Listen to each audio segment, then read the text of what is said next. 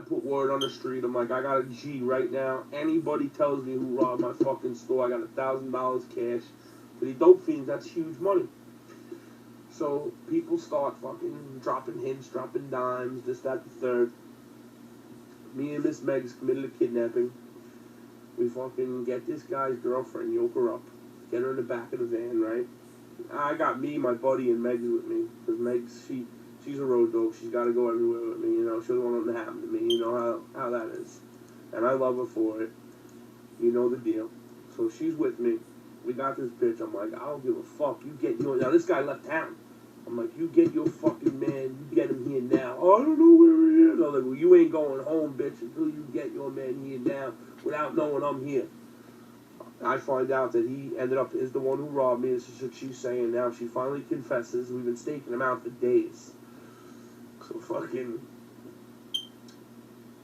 He won't come, but he needs drugs. So I'm like, bring me to his drug dealer. So she brings me to his drug dealer's house. Word on my child's life. Jimmy said, well, listen, this is my word. Brings me to the drug dealer's house. I knock on the door. I got a big trench coat on with a sawed-off shotgun in the left side of my coat. Older people open the door. They're like, can I help you? And I knew the kid's name. His name was Mark. I'm like, yeah, where's Mark? Who are you? I'm like, tell him Johnny sent me. Johnny's the kid. They're like, okay. So he comes outside. The kid's in underwear, bro, right? Fucking Herb. I don't even know how this kid's a drug dealer. Herb.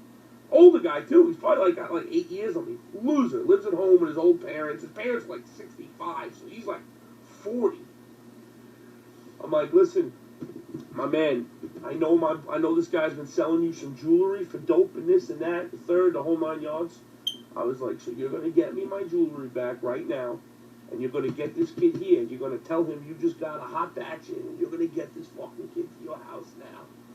So the dude's like, no, I can't do that. I fucking opened my coat. I said, now we're going to go inside, and I'm not leaving until you do. So he fucking gets us inside. His parents are there. They wave hi. He has a basement apartment downstairs. We walk down the stairs in the kitchen. I'll never forget this. We go into his room. He shuts the door. I take the fucking 9mm. I smack him in the back of the head. Boom, he goes flying. I'm like, yo, homie, get my shit and get it to me now, right? Tell him, J-Vale. I'm like, yo, get my shit now.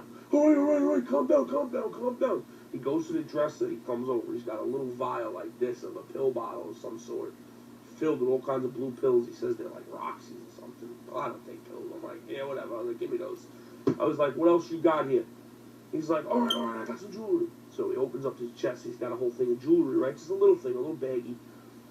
$1,000 worth. I'm like, are you fucking kidding me? I take the gun out again. I go to fucking smash him, right, out of my pocket. He only saw the sword off. So I go to smack him. No, wait. He lifts up his tile in his drop ceiling in the basement. I swear to you. He pulls out a bag of jewelry in a Ziploc bag like this. Probably about 40 stacks worth, right? Listen, probably about $40,000 in jewelry. Now, other pawn shops have been being robbed. I only lost about 30, right? He pulls a bag out of about 40, right? Maybe a little more, I don't remember. It was about 40, 42,000 worth of jewelry, right? So, fucking dude, I was like, give me that.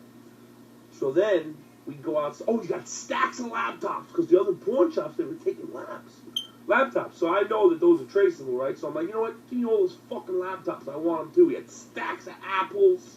So I take all the laptops. He's carrying them out to the car. I was like, yo, grab your fucking keys. We're going for a ride. So he gets his keys. Megan's outside in the van now. We got a minivan. She's outside waiting for me down the block, right? I walk out.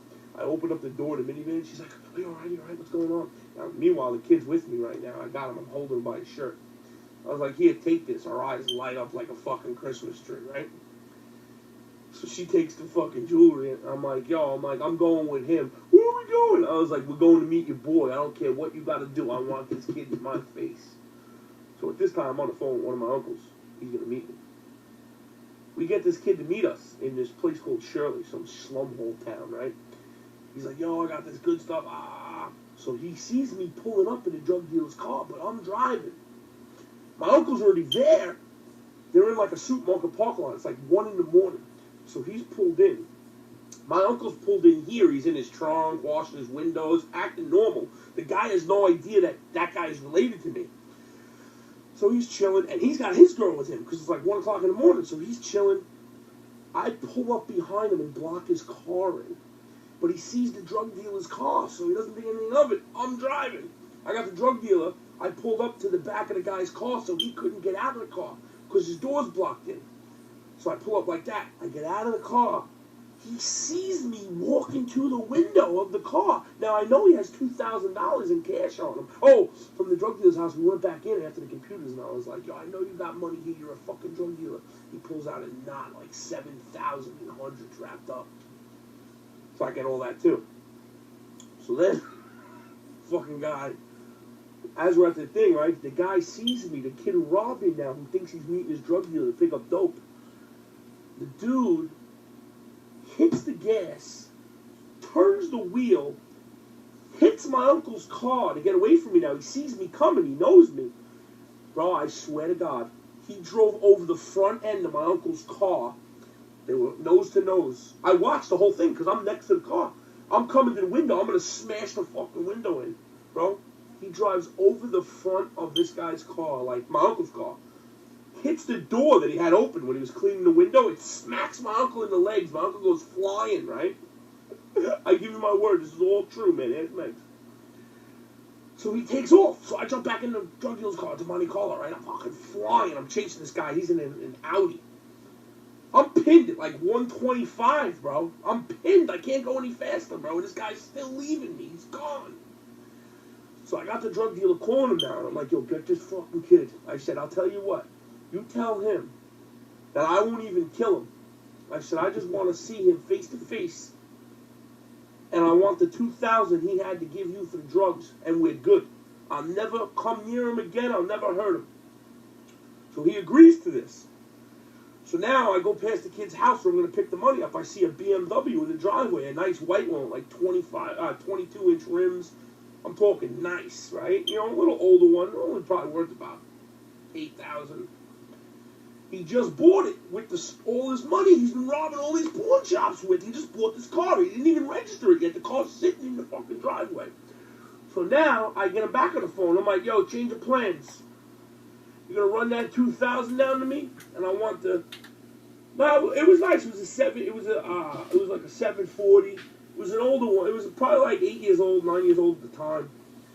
We're going back to like 2010. 2011. It was probably 2001. So dude's like, I was like, change the plans, buddy. I said, you're gonna come downstairs. You're gonna have the title in your hand, the keys, and the $2,000. I'm taking the BMW too.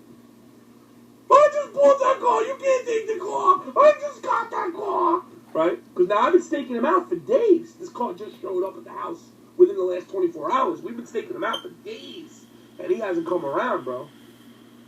So fucking, the dude's like, no. I said, you're going to give me that fucking car or I am going to kill you and your whole family, bro. I don't give a fuck. I swear on my child, ass Meg, bro, this fucking guy comes out. He don't come out. He sends his little cousin out of the house. He won't even come out of the house now. He sends his cousin out of the house with a note. I never want to see you again, please. I'm so sorry. Here's the keys, here's the title. It's signed by the person who he bought it from because he never registered it. Cash, everything. I get the keys, get the car, jump in the car. I got a dealer plate. I own a dealer plate. Throw the dealer plate in the back window. I'm driving. That's my word. I gave the car to my man for free. I'm like, yo, here, take this for helping me, bro.